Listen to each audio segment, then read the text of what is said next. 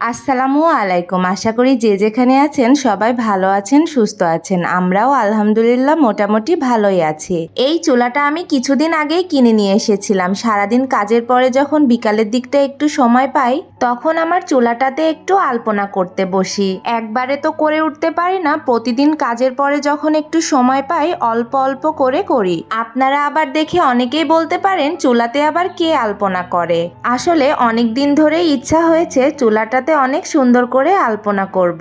আর চুলার আশেপাশেও সুন্দর করে আলপনা করব।